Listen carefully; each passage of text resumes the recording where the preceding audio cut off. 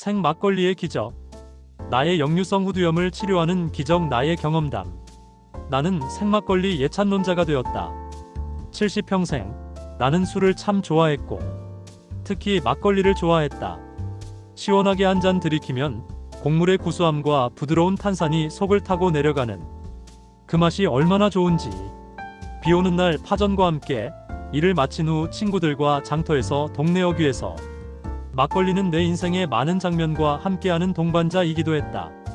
그런데 몇 해 전부터 내 몸이 나를 배신하기 시작했는데 역류성 후두염이라는 녀석이 나타나더니 아침이면 목이 따갑고 말하기도 힘들 정도로 쉰소리가 나기도 해서 힘든 아침을 시작해야만 했다.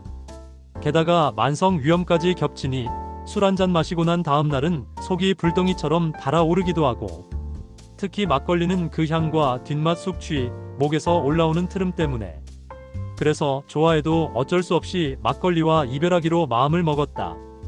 친구들과의 술자리에서 가능하면 피하려고 마음먹고 있었는데 어느 날 오래된 친구들이 모이는 자리가 있었는데 이 모임은 반갑고 늘 흥겹고 늘 술이 빠지지 않는 모임이기도 하고 즐거운 시간인데 나는 마음속으로 단단히 다짐하며 오늘은 절대 술 마시지 말아야지. 물이나 커피로 버텨보자. 난 할 수 있어. 그런데 그날 한 친구가 차에서 아들이 준비해준 거라며 생막걸리를 박스채 꺼내와 개봉을 하는 게 아닌가. 그것은 다름 아닌 내가 염려하던 막걸리. 이거 내 아들이 오늘 친구들 모임에 좋은 시간 보내시라고 기부한 느린 생막걸리야. 시중에 파는 거랑 완전히 달라 친구의 자랑이 늘어지고 있었고 순간 내 마음이 흔들리가 시작하며 벌써 잔을 받고 있는 게 아닌가. 막걸리 참 좋아하긴 하는데 마시고 나서 힘들면 어쩌지. 병을 기울이면 들려오는 조용한 발효소리, 유백색의 부드러운 빛깔, 그 모든 것이 내 옛 추억을 불러오기 시작하고 있었고 친구들은 서로 잔을 권하기에 더 이상 피할 수가 없었고 나는 어느새 잔을 받고 마시고 있는 게 아닌가. 먼저 향을 맡아보았는데 익숙한 막걸리 냄새였지만 이상하게 코를 찌르는 자극은 없는 것 같았고 마셔도 될 것 같은 생각에 조심스레 한 모금 넘기기 시작했다. 마시고 또 마시고 자꾸 마시면서 나중 일은 나중에 걱정하자 하는 마음이 들기 시작했다. 혀 끝에 가볍게 톡톡 튀는 탄산, 곡물의 구수함, 그리고 뒷맛의 깔끔함, 청량감이라고나 할까? 평소에 느끼던 텁텁함이 아니라 마치 신선한 요거트를 마신 듯한 상쾌함이 아닌가. 친구들과 옛 이야기 주고받으며 천천히 안주와 함께 분위기를 즐기며 한 병 정도를 마시고 말았다. 하지만 내 머릿속은 계속 한 가지 이후에 힘들 생각뿐. 내일 아침이 과연 어떨까? 오늘 밤은 또 어떻게 잠들지? 한밤중에는 나도 모르는 사이 숙면을 취했고 아침이 되어 조심스레 내 몸을 체크하며 어젯밤을 돌아보았는데 아무 탈 없이 숙면을 취한 게 아닌가. 깊은 숙면을. 눈을 떴는데 목이 편안했다. 이게 웬일? 속도 쓰리지 않네. 심지어 술 냄새조차 나지 않았다. 나는 정말 놀라서 내 몸을 다시 살펴보며 이건 몇 년 만에 느껴보는 가벼운 아침이네. 신기했다. 혹시 우연일까? 예전 같았으면. 나는 예전의 기억을 떠올렸다.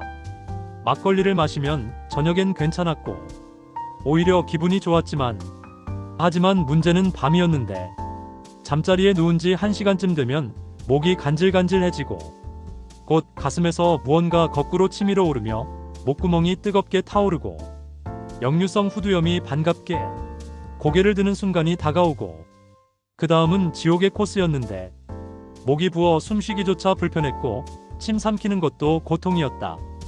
속은 불덩이처럼 달아올라 베개를 높이 꿰고 자도 잠이 오지 않았고 간신히 새벽녘에 잠이 들면 아침은 최악이었는데 쉰 목소리에 속쓰림 그리고 막걸리 특유의 시큼한 냄새가 온몸에 배어 있었기에 그 경험 때문에 나는 막걸리를 멀리했고 그 향만 맡아도 몸이 먼저 거부 반응을 보였다. 그런데 이번엔 다르네. 그날 밤 생막걸리를 마신 후 잠자리에 들었을 때도 나는 솔직히 조금 두려워하며 몸 상태를 체크해보고 있었는데 이제 곧 목이 따끔해지겠지. 한두 시간 뒤면 속이 뜨겁게 달아오를 거야. 그렇게 생각하며 몸을 굳힌 채 시간을 보내고 있었는데 그런데 아무 일도 일어나지 않았다. 1시간, 2시간, 3시간. 속은 편안했고 목도 조용하고 아침이 다가올 무렵까지 한 번도 뒤척이지 않고 곤히 잠들었다. 아침에 반전. 눈을 떴는데 햇살이 커튼 사이로 스며들었고 내 목은 부드러웠다. 속은 따뜻하면서도 편안했다. 그리고 그 끔찍하던 술 냄새가 전혀 나질 않고 숙취도 없네. 나는 순간 멍해졌다. 뭐지? 어제 술 안 마셨나?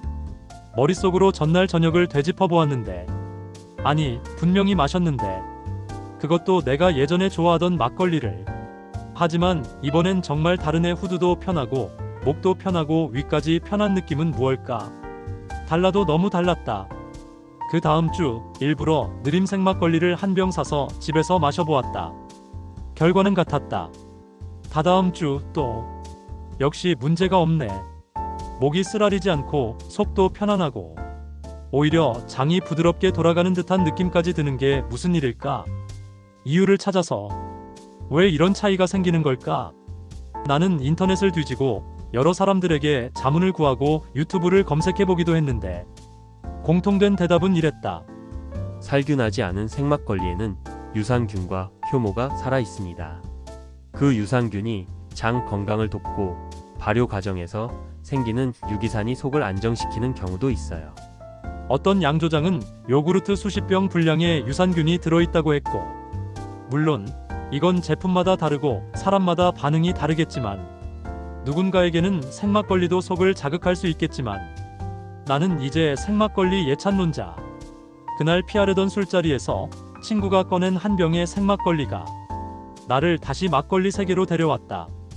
예전처럼 무리하지 않고 내 몸에 맞는 방식으로 조금씩 몸을 달래가며 즐길 수 있는 행복한 시간을 되찾게 되었다. 유산균이 주는 선물, 신선한 발효향, 그리고 부드러운 다음날 아침. 이 세 가지는 나를 다시 웃게 만들었다. 물론 이건 어디까지나 나의 경험담이고 누군가에겐 다르게 작용할 수도 있겠지만 하지만 내게는 70인생에서 만난 또 하나의 작은 기적이었다.